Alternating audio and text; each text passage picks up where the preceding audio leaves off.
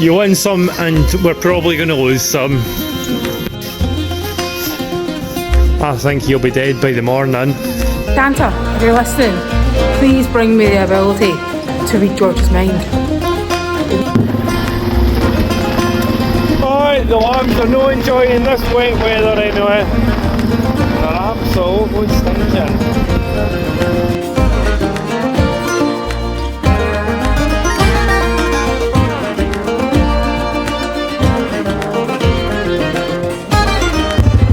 Good morning and welcome back to another video of Hodge Farm Life 5. Farming in Scotland. If you could like and subscribe, that would be awesome, just to keep the momentum going. And Merry Christmas to you all, because it's probably coming out on Christmas Eve.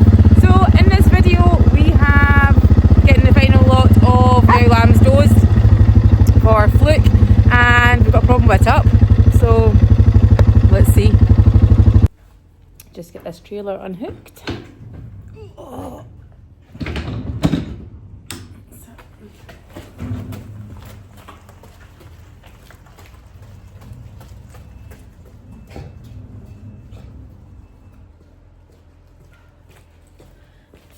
We're excited for Santa coming.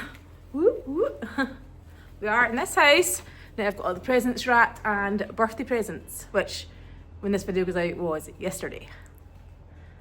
Just taking them down to get the last of the tups pulled out and dose these lambs for fluke.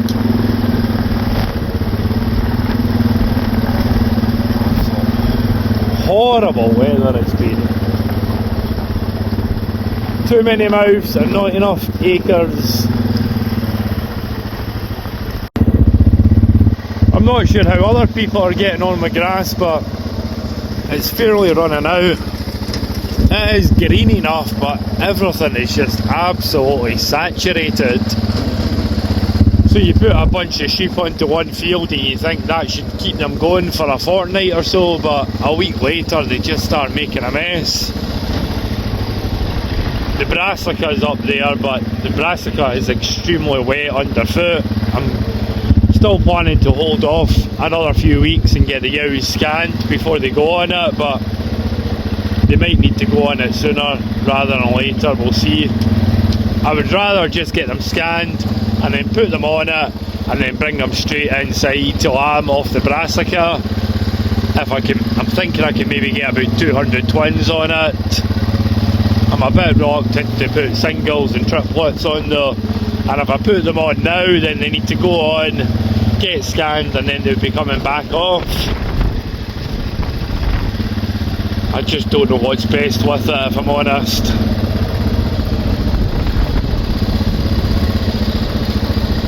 You thought they could just walk down this hard road here.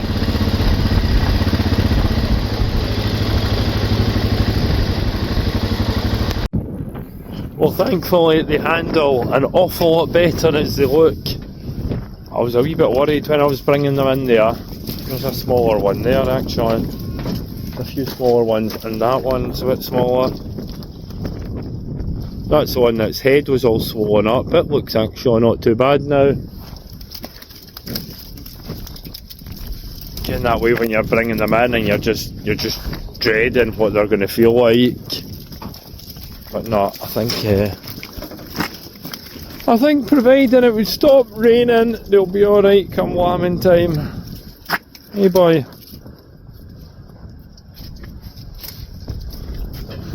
Let's get them dosed.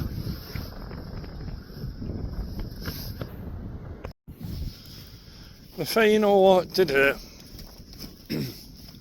Some small yow lambs that I never thought were big enough to tup. Get them done for fluke. Hop on, Ash. Ash, hop on. Come on, girls. Ash, hop on. Come on, girls.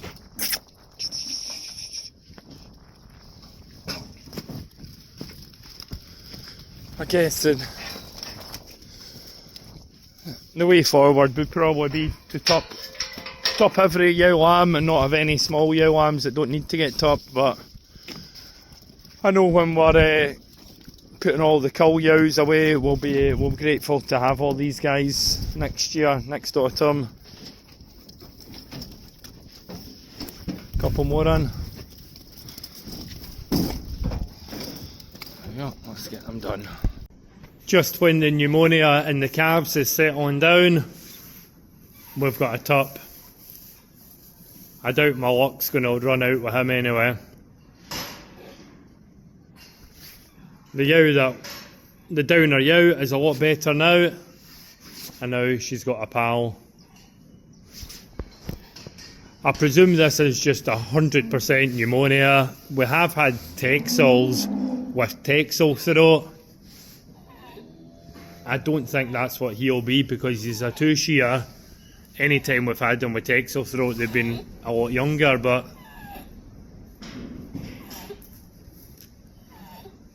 I'm sure when I've seen them with Texel throat, they don't have a temperature like he has. I think he'll be dead by the morning, and that'll be 2 TUPs this year. Oh, disaster.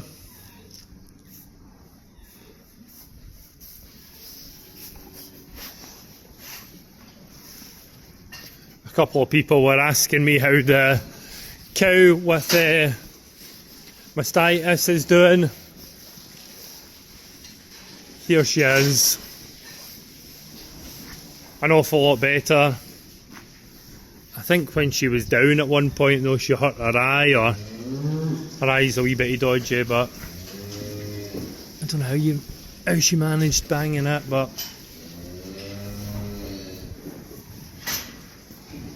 you win some and we're probably going to lose some.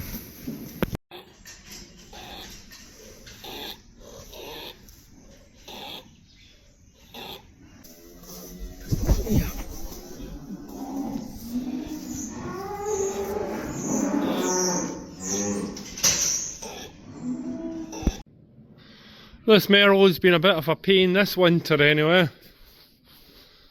I've had my header coolant tank has been leaking at the return hose for the coolant, so I took it off last night and got this epoxy putty stuff, mixed it up and stuck it back on to try and stop it leaking. What's the chances it holds up? That wee hose there goes into it. As long as I've left enough room to get the hose on and a Jubilee clip to clamp round there. I maybe should have used Araldite type stuff, but time will tell. It's extremely hard, so we'll get that on it and see if it fixes it, because a new header tank's over £300.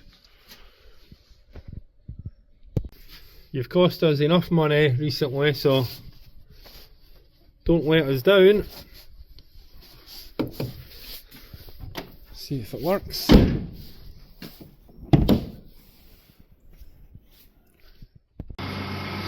Well, thankfully we haven't had to jag any calves for a good number of days now. The pneumonia situation seems to have settled down. We've had to jag quite a few of these calves, quite a lot of our autumn born calves in that shed, also some autumn born calves in another shed. The only ones we haven't had to jag any of is the earlier spring born calves that are already weaned. That's definitely what we're needing to get to, calving a bit earlier and weaning earlier. Or I'm considering putting a fan in this shed with one of the big sausage tubes going right down the middle there that blows air out. But again, sometimes I've seen other years that we'll only have to jag like one calf in this shed all winter. It seems to be something that either get it or you don't. Even though they're fully vaccinated. I don't know, would we have lost any calves if they weren't vaccinated? I guess we'll never know that either. We've also started making a start at getting these posts in for this scrape passage. quite a few of the gates here, a few more posts to go in, tubes there that are getting clamped onto these diagonal feed barriers. These are the diagonal feed barriers for where the cabs are just now, but I'll just wait till they're all weaned in January and then we'll get them bolted on place. They're all made to measure from Bateman.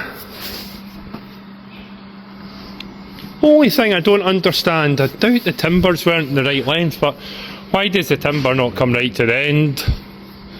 There's metal plates in the end of them all. Somebody can maybe answer that. So the tubes go across there, clamp on, so the cabs can't try and jump through, or when we're working with sheep, we'll maybe put the tubes about that height so the sheep don't jump through.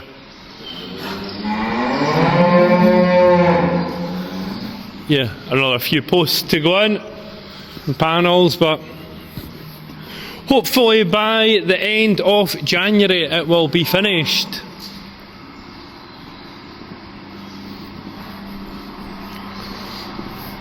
Get some lights up in there too. Just one thing I hope George brings me for Christmas is the ability to read minds. Because he's tooting away there. He's like, that's the second time you've heard me tooting. And my people toot all the time. You toot to move cows. How am I supposed to know you're tooting? Like, you're not saying anything, you're not asking me to help. You just expect me to radio telepathic from the top of the farm to where you are. I know that's what you mean. So hopefully, Santa, if you're listening, please bring me the ability to read George's mind. It'd make him so happy. An update on the TUP. So about 9 days ago, he was looking really bad. I brought him in, I wasn't sure if it was just a standard pneumonia or Texel throat. Jagged him for pneumonia. The next day, which was last Sunday, he was looking horrendous. Got the vet out to look at him, and she examined him and said, listened to his lungs and his throat and said he has Texel throat. I think it's like abscesses in his voice box that have swollen up. I think that's what it is anyway. So I gave him some different jags to relax his muscles and take away the swelling, and left me with jags, and I've been jagging him ever since. He started looking a lot better and you couldn't even hear him breathing, but now he's going back the way again. Getting really, really noisy. I don't think we're ever going to be able to get him out of withdrawal period, no looking horrendous, and get him to the market. So if anybody has any suggestions for him, I would love to know, but I honestly feel like we're losing the battle with him. And then you start worrying, he's a middle-aged TUP. I have seen it before, but it's always been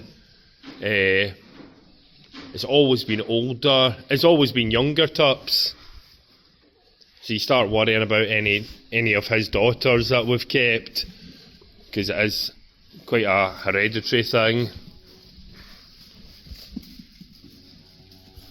The water looks really dirty there, but I think it's just they've been licking in at that easy breather molasses and then going into the water. Also brought this Aberblack in that had a sore eye.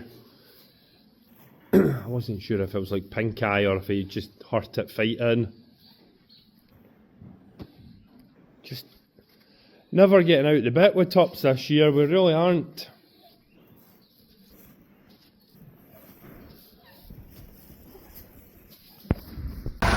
Merlot's back working again then, George? Back working again? That's good. How you doing? I'm taking a wee video. Papa. Anything you want to say to your fans? Have a jolly Merry Christmas. Have a jolly Merry Christmas. Have a jolly Merry Christmas. Have a good one, guys. See you in the new year.